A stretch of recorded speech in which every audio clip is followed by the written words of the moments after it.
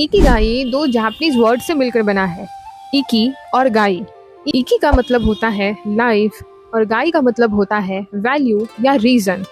Simple language में Ikigai का मतलब है लाइफ का पर्पस, जो सुबह बेड से उठने की आपकी वजह बन सकती है। जापानीज कल्चर के हिसाब से हर इंसान की अपनी एक इकिगाई होती है, मतलब हर इंसान की अपनी ज़िंदगी जीने की वजह होती है। कुछ लोगों को ये जल्दी मिल जाती है और कुछ लोगों को इसे ढूंढने में थोड़ा ज़्यादा टाइम लगता है। लेकिन जब किसी इंसान को अपनी इकिगाई मिल जाती है तो उसकी लाइफ ज़्यादा मीनिंगफुल, स्ट्रेस फ्री, सेटिस्फाइंग और लॉन्ग हो जाती है। इकिगाई एक बहुत ही पॉपुलर बुक है जो जापानीज फिलॉसफी पर बेस्ड है। इस बुक को हेक्टर गार्सिया और फ्रांसिस मिरल्स ने लिखा है। ये बुक जापान के ओकिनावा आइलैंड के एक छोटे से विलेज ओगिमी पर की गई रिसर्च पर बेस्ड है। इस ओगिमी विलेज, जिसको लॉन्गविटी विलेज कहा जाता है, क्योंकि यहाँ दुनिया के सबसे ज़्यादा 100 साल से ऊपर के लोग रहते हैं। और सबसे खास बात यह है कि वो सिर्फ लंबी लाइफ ही नहीं जीते, बल्कि हेल्दी, एक्टिव और खुश भी रहते हैं। अपनी इकिगाई ढूंढने के लिए आपको 4 चीज़ों के बीच का कॉमन पॉइंट, मतलब बैलेंस, ढूंढना पड़ेगा। पहली चीज़ है व्हाट यू लव, यानी वो काम जो करते वक्त आपको सबसे ज़्यादा खुशी मिलती है, ये आपका पैशन होता है। दूसरी चीज़ है what you are good at, यानी वो काम जिसमें आप नेचुरली अच्छे हो या जिसमें आपके पास स्किल है, ये आपका प्रोफेशन या टैलेंट होता है। तीसरी चीज़ है व्हाट द वर्ल्ड नीड्स, यानी दुनिया को किस चीज़ की ज़रूरत है और आप उसमें क्या कंट्रीब्यूशन दे सकते हैं, ये आपका मिशन हो सकता है। चौथी चीज़ है what you can be paid for, यानी ऐसा काम जिसके बदले लोग आपको पैसे देने के लिए रेडी हो, यानी आपकी लाइवलीहुड होनी चाहिए। अब ये चारों चीज़ या तो कॉमन हो सकती है या तो अलग हो सकती है कि आपको पसंद कुछ और है, लेकिन ज़िंदगी जीने के लिए आपको काम कुछ और करना पड़ता है और आपकी हॉबीज़ कुछ और है और वर्ल्ड को कुछ और चाहिए। लेकिन कई बार ये चारों चीज़ एक ही हो सकती है, और जब ये चारों चीज़ें एक ही जगह पर मिल जाए तब ही वो आपकी असली इकिगाई होती है। जब आपका पैशन आपका स्किल बन जाए और आपकी स्किल दुनिया की रिक्वायरमेंट हो और उससे आपको पैसे भी मिले, यही आपकी असली इकिगाई है, यही आपकी ज़िंदगी जीने का मकसद है। इकिगाई की जो बुक है ये हमें ये बताती है कि एक इंसान अपनी लाइफ को कितना बेहतर और हेल्दी बना सकता है। इस स्ट्रेसफुल वर्ल्ड में रहने के बाद भी हम ये चीज़ों को बैलेंस करके अपनी लाइफ को अच्छी, लंबी और स्वस्थ बना सकते हैं। कुछ मुख्य बातें होती हैं जिसको हमको ध्यान रखना बहुत ज़रूरी है, जिसका पहला हिस्सा है कि आपको अपना इकिगाई ढूंढना है। जब आपको अपना इकिगाई मिल जाए तो उसके बाद आपको अपने स्वास्थ्य का ध्यान रखना है। और स्वास्थ्य की अगर हम बात करते हैं तो हमारा हेल्थ हमारे खाने पीने और हमारे लाइफस्टाइल से स्टार्ट होता है। तो हमारा लाइफस्टाइल बेसिकली ऐसा होना चाहिए कि जब हम खाना खास करके खाएं तो हम इस बात का ध्यान रखें कि वो हमेशा 80-20 कंडीशन में हो। यानी जो ओकिनावा के लोग थे वो लंबी और हेल्दी लाइफ का सबसे बड़ा सीक्रेट जानते थे। वो एक पुराना जापानीज रूल को फॉलो करते थे जिसको कहा जाता है हारा हाचिबो। इस रूल का सिंपल मतलब है कि कभी भी अपना पेट 100% मत भरिए। जब लगे कि पेट लगभग 80% भर गया है और थोड़ी सी भूख अभी भी बाकी है, तभी खाना बंद कर दीजिए। ऐसा करने से क्या होता है कि जब हम ज़रूरत से ज़्यादा खा लेते हैं तो हमारा डाइजेस्टिव सिस्टम पर एक्स्ट्रा प्रेशर पड़ता है। इससे बॉडी में ऑक्सीडेटिव स्ट्रेस बढ़ता है और हमारी सेल्स जल्दी बूढ़ी होने लगती है। कम खाने से जो बॉडी है उसका डाइजेशन में कम एनर्जी लगता है और हेल्थ भी बेटर रहता है। और इस चीज़ को अचीव करने के लिए आपको ओवर ईटिंग को कंट्रोल करना होगा। कभी भी खाते वक्त किसी और काम पे ध्यान नहीं लगाइए, मल्टीटास्किंग मत करिए। हमेशा खाते वक्त फ़ोन्स और टेलीविज़न से स्पेशली दूर रहिए। ऐसे में क्या होगा, जब आपका खाने पे पूरा फोकस होगा तो आपको पता चलेगा कि आप कितना खा रहे हैं और क्या खा रहे हैं। इससे ब्रेन को एक पॉजिटिव सिग्नल जाती है और ब्रेन आपको बताता है कि उसको अब कितने में आपका पेट को फुल करना है। हालांकि जो ओकिनावा के लोग थे वो रोज़ 5 से 7 तरह की वेजिटेबल्स और फ्रूट्स खाते हैं। वो पर्पल स्वीट पोटैटो, जो वहाँ की स्पेशल स्वीट पोटैटो है, और ग्रीन टी है, उनको खास करके अपने डाइट में इंक्लूड करते थे, क्योंकि इन सब में एंटीऑक्सीडेंट्स भरपूर होता है जो बॉडी को डिजीज से बचने में हेल्प करता है। लेकिन खाना पीना चाहे कितना ही अच्छा हो, अगर आपकी लाइफ में स्ट्रेस है, आपको स्ट्रेस मैनेजमेंट करना नहीं आता, बाकी कितनी भी चीज़ें आप कर लो वो ज़्यादा फ़ायदेमंद साबित नहीं होगी। आज के जो हमारा जितना हेक्टिक लाइफस्टाइल है उसमें स्ट्रेस मैनेजमेंट कर पाना बहुत ज़्यादा ज़रूरी है। क्योंकि आज की इस मॉडर्न लाइफ में स्ट्रेस हमारी एज को बहुत फास्ट कम कर रहा है। जब हम हमेशा स्ट्रेस में रहते हैं तब बॉडी में कॉर्टिसोल नाम का हार्मोन बढ़ जाता है जो मेंटल और फिजिकल हेल्थ दोनों को डैमेज करता है। स्ट्रेस से बचने के लिए ओकिनावा के लोग फ्लो स्टेट में रहना ज़्यादा पसंद करते हैं। फ्लो का मतलब होता है किसी काम में इतना ज़्यादा डूब जाना कि आपको टाइम का भी पता ना चले और आपका पूरा फोकस सिर्फ उसी काम पर हो। इस वक्त माइंड बिल्कुल काम और पीसफुल फील करता है।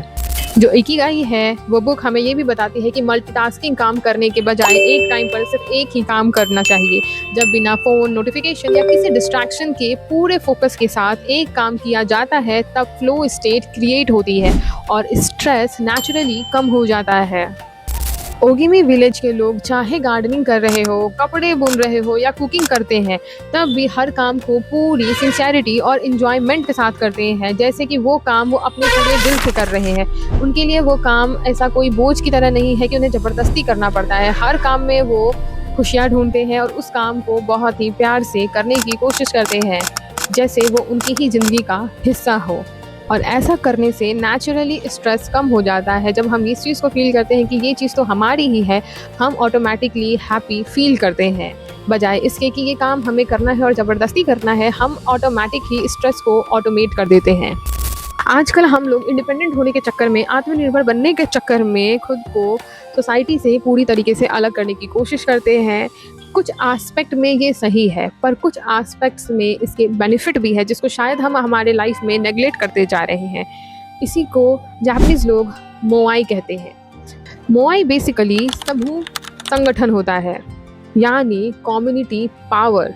ओकिनावा में कोई भी इंसान खुद को अकेला फील नहीं करता। वहाँ एक सोशल सिस्टम है जिसे मोआई कहा जाता है। मोआई का मतलब होता है 5 या 6 दोस्तों का एक परमानेंट ग्रुप जो पूरी लाइफ एक दूसरे के साथ रहता है।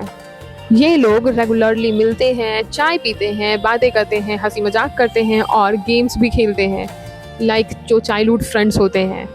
पर इनमें क्या खास है जो हमारे कम्युनिटी से थोड़ा अलग बनाती है इनको, क्योंकि उनका अगर ग्रुप के किसी मेंबर को फाइनेंशियल प्रॉब्लम या इमोशनल स्ट्रेस हो तो बाकी मेंबर्स मिलकर उसकी हेल्प करते हैं। साइंस भी मानता है कि अकेलापन यानी लोनलीनेस हेल्थ के लिए स्मोकिंग से भी ज़्यादा डेंजरस हो सकता है। इसी वजह से ओकिनावा के बुजुर्ग लोगों में डिप्रेशन और अकेलापन बहुत कम देखने को मिलता है, बस इसी छोटे से कॉन्सेप्ट मोआई की वजह से। और थ्रू आउट द लाइफ एक हेल्दी लाइफ और लॉन्ग लाइफ के लिए जापानीज़ लोग अपने डिक्शनरी में से रिटायरमेंट नाम का वर्ड्स को ही डिलीट कर रखा है। मतलब जो जापानीज़ लोग हैं वो रिटायरमेंट नाम की चीज़ को जानते ही नहीं है। वो चाहे कितने ही ओल्ड एज के क्यों नहीं है फिर भी वो अपने लाइफ में एक्टिव है। वो कुछ ना कुछ एक्टिविटीज़ को अपनी ज़िंदगी में करते रहते हैं ताकि वो कॉन्टिन्यूसली एक्टिव रहे।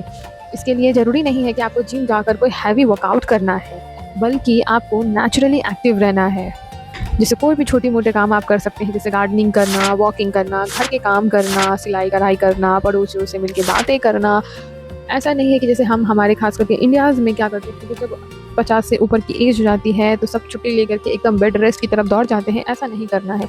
आपके अपने बॉडी को कुछ ऐसे कामों में इन्वॉल्व करना है जहाँ पे आपका पूरा बॉडी थोड़े बहुत काम कर सके, जिसमें ब्लड सर्कुलेशन जो है फ्लो होती रहनी चाहिए।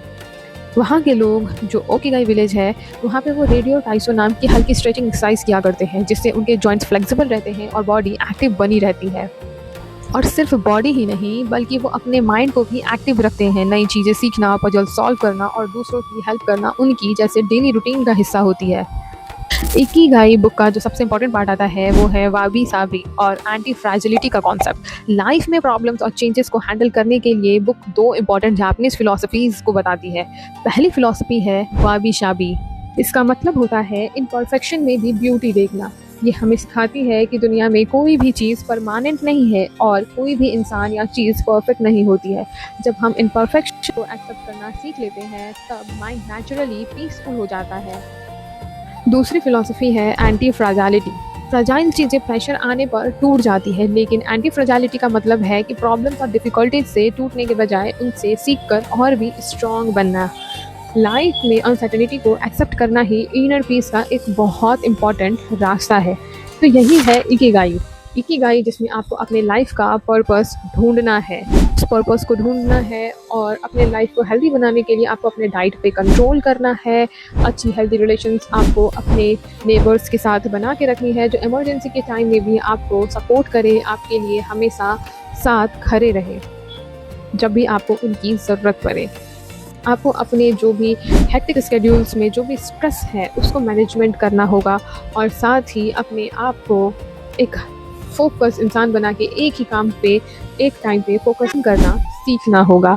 एक हेल्दी लाइफ जीने के लिए आपको अपने लाइफ में हर अनसर्टेनिटी को एक्सेप्ट करना भी सीखना होगा, जिसमें जापानीज़ के 2 फिलॉसफी है, एक तो है वाबी साबी और दूसरा है एंटी फ्रेजालिटी।